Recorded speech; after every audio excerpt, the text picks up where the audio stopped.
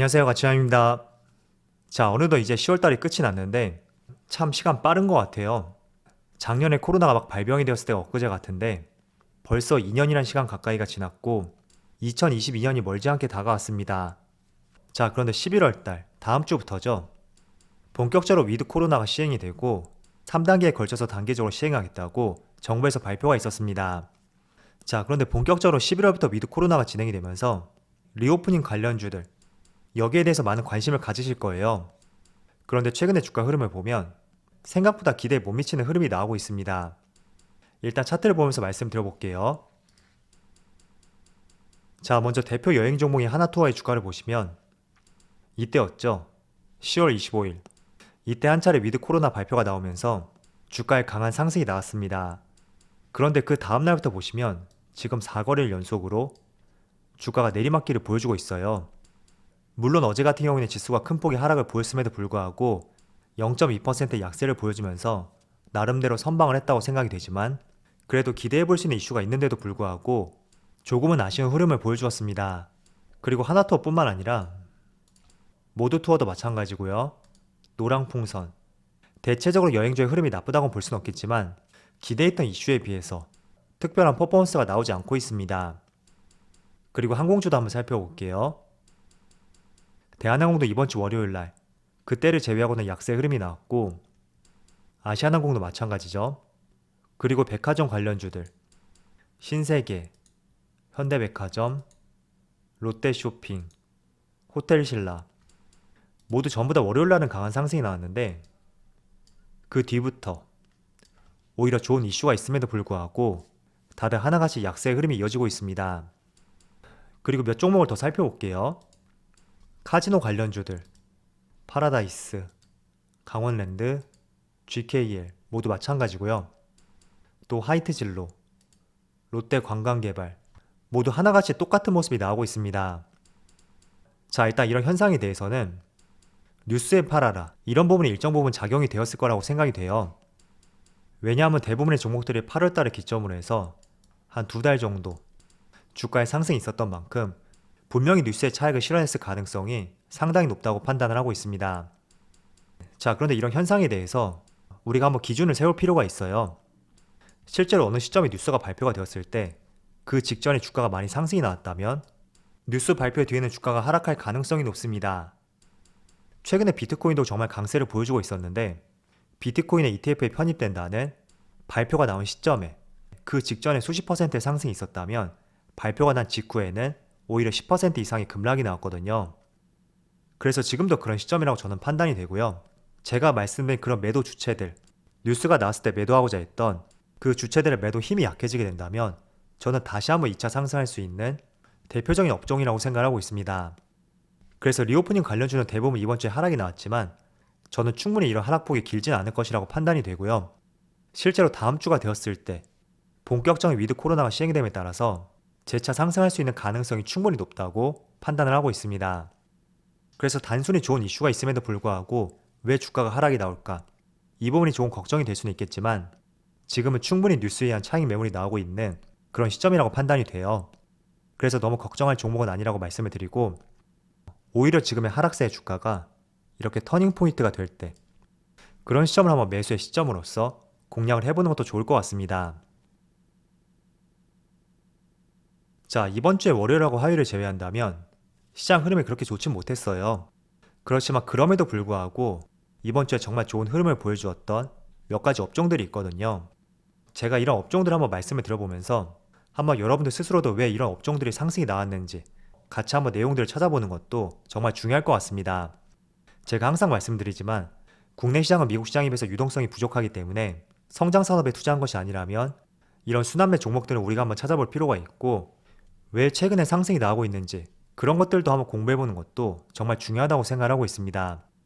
왜냐하면 그 내용들을 살펴봤을 때 내가 100% 확실하지 않더라도 이 재료의 크기, 얼마나 이어질 수가 있고 조금 더 이어질 수가 있는지 그런 부분을 가늠해 볼 수가 있거든요.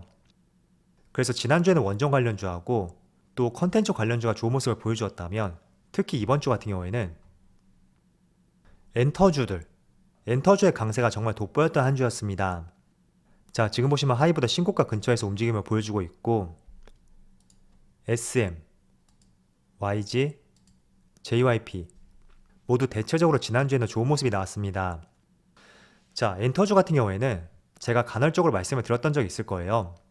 일단은 콘서트에 대한 기대감, 이 콘서트가 하이브를 중심으로 지금 미국에서 계획이 되어 있습니다. 그렇다 보니 SM이라든지 YG 그리고 JYP까지 이 콘서트 재개에 대한 기대감을 충분히 가져볼 수가 있고, 매출의 가장 큰 부분을 기여하고 있는 이 콘서트를 재개함으로써 실적 개선에 대한 기대감도 가져볼 수 있는 시점이라고 볼 수 있습니다. 그리고 최근에 위드 코로나, 우리가 여행주하고 항공, 음식료, 백화점 이런 쪽에 조금 집중을 하고 있었다면 충분히 엔터 관련주들도 리오프닝 관련주로서 같이 한번 엮어서 볼 수가 있겠죠. 왜냐하면 콘서트라는 것이 있기 때문에 같은 선상에서 한번 관심을 가져볼 수가 있고, 그런 점이 이번 주 엔터주가 강세를 보여주었던 결정적인 이유였다고 판단을 하고 있습니다. 자, 그리고 비트코인 관련주도 강세를 보였어요. 최근에 비트코인 ETF가 상장을 하고 또 미국의 연기금이 비트코인 투자를 한다, 그런 좋은 이슈가 발표가 되었었고, 또 비트코인의 가격이 상승함에 따라서 이 관련주들의 강세가 또 이어졌습니다. 대표적으로 우리기술투자, 그리고 비덴트 이런 종목들이 강세를 보였었고, 또 저도 코인 투자는 좋아하지 않는데 그래도 많은 기관들이 비트코인하고 이더리움 이 두 가지만큼은 긍정적으로 보고 있고, 또 제도권에 많이 편입이 되고 있기 때문에 이 두 개의 코인과 관련된 업종들에 대해서는 한번 관심을 가져보자고 말씀드렸습니다. 그래서 최근에 비트코인하고 이더리움 이 두 가지 코인의 가격도 상승하고 있고, 또 많은 기관들이 제도권에 편입하고 있는 만큼 이런 비트코인 관련주 같은 경우에는 계속 한번 추적 관찰해 볼 수 있는 그런 종목이 될 수 있다고 말씀을 드리겠습니다. 그리고 몇 가지 업종들을 추가적으로 말씀을 드리면, 테슬라 관련주들, 최근에 테슬라의 주가가 정말 좋은 모습을 보여주고 있고, 또 주당 가격이 $1,000를 돌파했죠. 그래서 이런 부분이 테슬라 관련주들이 강세를 보일 수 있는 한 주였다고 볼 수 있고, 또 사료 관련주들도 강세를 보였어요. 곡물 가격이 상승함에 따라서 많은 사료 관련주가 이번 주에 강세를 보였습니다. 그리고 곡물 가격 상승뿐만 아니라 인도적 대북 지원에 대한 그런 이슈들 같이 엮였다고 볼 수가 있겠죠. 물론 제가 말씀드렸다고 해서 다음 주도 이어질 것이다, 그걸 보장하진 않습니다. 그렇지만 왜 상승이 나왔는지 우리가 충분히 알아볼 필요가 있고, 이런 부분이 정말 주식을 투자하는데 하나의 공부가 된다고 생각하고 있어요. 그래서 한번 이해를 해보시고요.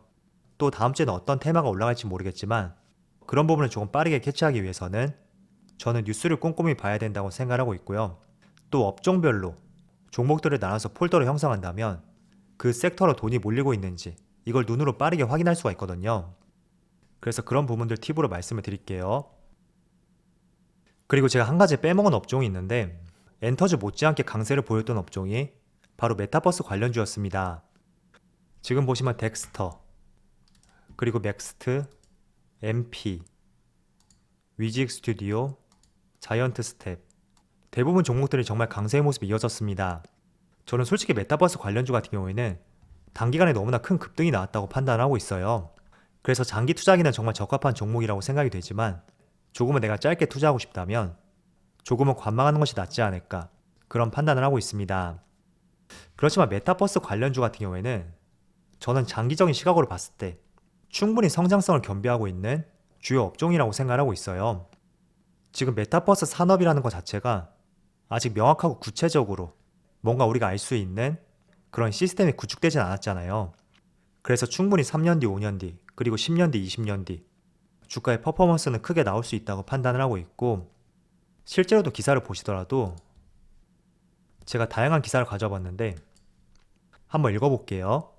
카카오 엔터, 메타버스 본격 진출, 그리고 게임업계 메타버스 선점 경쟁 후끈, 메타버스가 위드 코로나 시대에 거대 물결로 자리매김할 것이다, 이런 말도 있고, 연일 매도세를 보이는 연기금이 게임하고 메타버스, 미디어 쪽은 쓸어 담고 있다, 이런 기사도 있습니다. 그리고 덱스터 같은 경우에는 메타버스 전 분야의 활용도가 증가하면서 대표적인 수혜주라는 기사도 있습니다. 자, 그래서 우리가 투자를 할 때 이런 업종들, 향후 3년 뒤, 5년 뒤, 그리고 10년 뒤, 20년 뒤 더욱 기대가 되는 업종이라면 그런 종목이 정말 장기 투자하기에는 적합한 업종이 될 수가 있습니다. 그래서 여러분들 장기 투자를 선호하고 제 영상 댓글을 보면 10년 가까이도 보유를 하려는 분들이 계시는 것 같아요. 그런 분들이라면 지금 산업의 생태계가 잘 구축되지 않았지만 충분히 가까운 미래에 기대해 볼 수 있는 업종이라면 이런 업종들은 투자의 1순위로서 한번 접근해 보셨으면 좋겠습니다. 하지만 제가 말씀을 드렸듯이 단기간에 지금 급등이 나온 자리이기 때문에 그런 부분은 좀 조심할 필요가 있어요. 자, 삼성 SDI 월봉 차트를 보시면 지금 73만원을 가리키고 있거든요. 그런데 불과 3년 전 2018년도 당시를 볼게요. 이때는 주가가 20만원이었어요. 그래서 3배에서 4배 정도 상승이 나왔는데, 자, 차트를 한번 보세요. 지금 삼성 SDI의 차트를 보시면 2009년부터 그리고 2017년도까지 거의 10년 정도 되겠죠. 주가가 77,000원에서 197,000원까지 이 박스권을 거의 10년 가까이 기어가고 있었습니다. 그렇지만 18년과 19년도 이때부터 주가가 한 번씩 꿈틀대기 시작했고, 본격적으로 작년부터 2차전지 성장이 부각이 되면서 주가가 지금의 위치까지 올라왔다고 볼 수가 있거든요. 그래서 삼성 SDI의 주가가 이렇게 강하게 상승이 나왔던 결정적인 이유가 바로 성장성이었습니다. 18년도에 처음으로 2차전지에 대해서 시장에서 조금씩 관심을 가지기 시작했고, 그렇다고 하지만 시장이 본격적으로 조성이 되었다고는 볼 수는 없었거든요.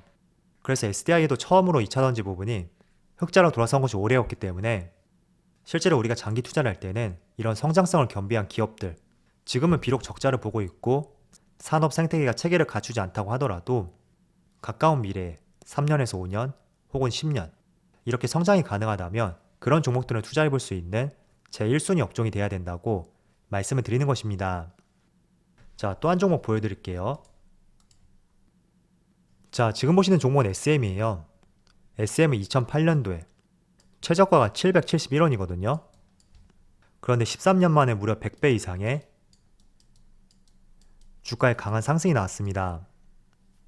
2008년도 당시하고 지금의 어떤 차이점이 있는지 한번 생각해 보세요. 배우들을 제외하고 가수들이 본격적으로 한류에 바람을 탔던 것이 2008년, 2009년 그 시점이었습니다.